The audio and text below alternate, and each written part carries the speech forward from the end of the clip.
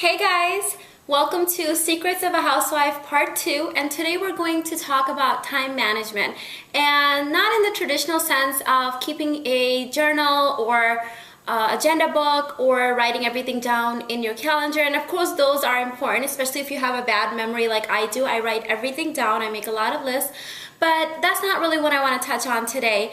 I want to talk a little bit more about time management in the sense that, spending time where it counts and not so much on the things that we might be doing just because we feel like they must be done or they must be done perfectly. So for example, when I did my video on cleaning my house, I got a lot of responses saying, from you guys saying that you guys clean your house every single day or you clean it several times a week. And honestly, I do believe that it's a little bit overkill to get so stuck on having a clean house.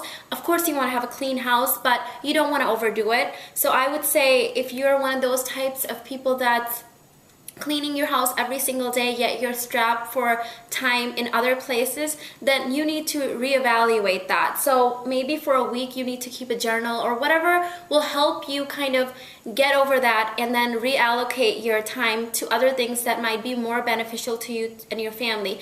Also keep in mind that if you're cleaning your house every single day or several times a week, you might be using products to clean your house like most of us do, and it's not necessarily a good thing to be using so many chemicals and toxins every single day or several times a week. So get on a schedule, choose a day, clean your house thoroughly, and then just get over it for the rest of the week. I mean, like I've said before, your house doesn't need to be museum clean. You should obviously, let your kids be exposed to some germs because you don't want to keep them so clean all the time that when they go to public places, like they get sick from the germs and things. I hope that makes sense. So, tidy up if you need to every single day, a little bit here and there like I do, but you don't need to spend so much time.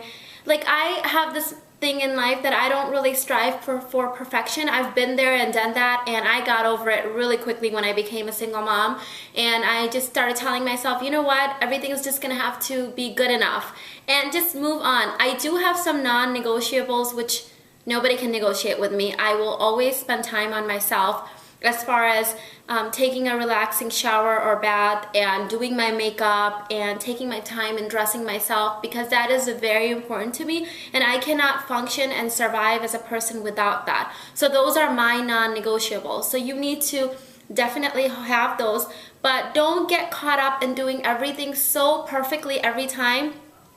And the best way maybe to do it is have your one thing that's like your thing that you do perfectly, and then kind of let other things go a little bit. And just so you're not the perfect hostess every time, so your house isn't the cleanest of all your girlfriends, that's okay. But if you are taking that time to do other things, like maybe taking up some hobbies that you really wanted to, or just taking some time away to relax or read a book or take a nice warm bath, I think that will in the long run make you a nicer, saner, happier person than having the cleanest house or being the most fabulous hostess. So sometimes it's just best to let a lot of things go and just have one or two of those non-negotiables that are really important, and then just I would say just be good enough in the other things. And I know I'm saying that this is a video on time management, but I'm talking about perfection.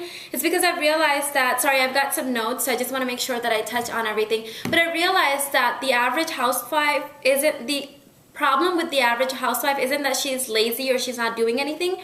It's that she's overdoing a lot of things and then getting burnt out and then getting tired and not having enough time for working out or reading a book or spending with girlfriends. And we don't have to really be perfect all the time. Like everything doesn't have to be so great. And my husband has a strange way of putting it, and I wish that it could translate into English, but it really doesn't. So I don't even know why I mentioned that. But you don't have to win every battle, basically. You don't have to come out on the top on every level. You can have that one or two thing that you're really good at, and then just let the rest be and take that time for other things. For a lot of us, we have the time. You know it's there. We're just using it on things that are not as productive, or overdoing things and then not having time for other things. For example, when Arman was in 4K in Greenville, we used to have 4K, right? So I guess that would be like preschool or pre-kindergarten. I was talking to his teacher and I told her, oh, you know, really proudly, that I read with him every single day for 2 hours every night. And she goes, yikes, that's too much.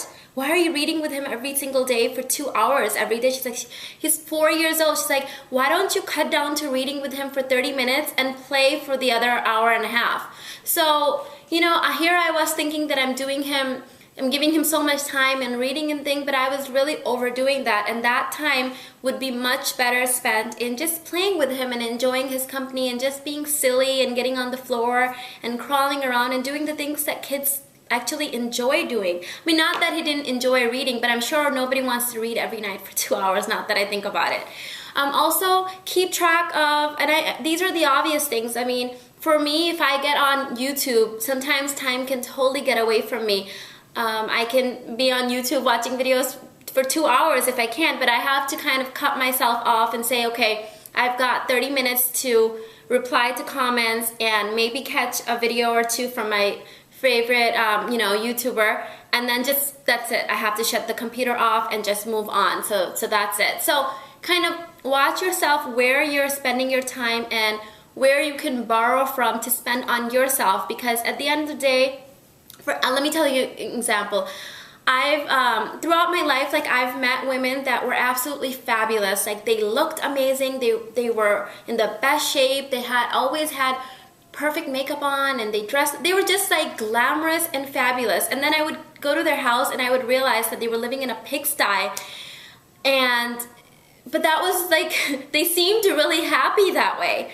So for some reason, for some of these people, I've had this happen several times at different periods in my life, and I just had this image of them having, because they looked so perfect, I had this image of them having like the perfect house and, you know, making these huge meals and just being like perfect all-rounders, but they weren't. And that's okay, because they were happy. So, you know, you need to choose that one thing where you can be completely fabulous and then kind of let go of the other things. I'm not saying your house should be a pigsty, but you know what I mean? Like, let go. It could just be clean enough, and then you could just be fabulous. So, and just accept that, and that's okay. So if you are having a hard time working out, yet you're cleaning your house every single day, then maybe clean your house twice a week and work out 3 times a week. So you understand, you need to reallocate the time.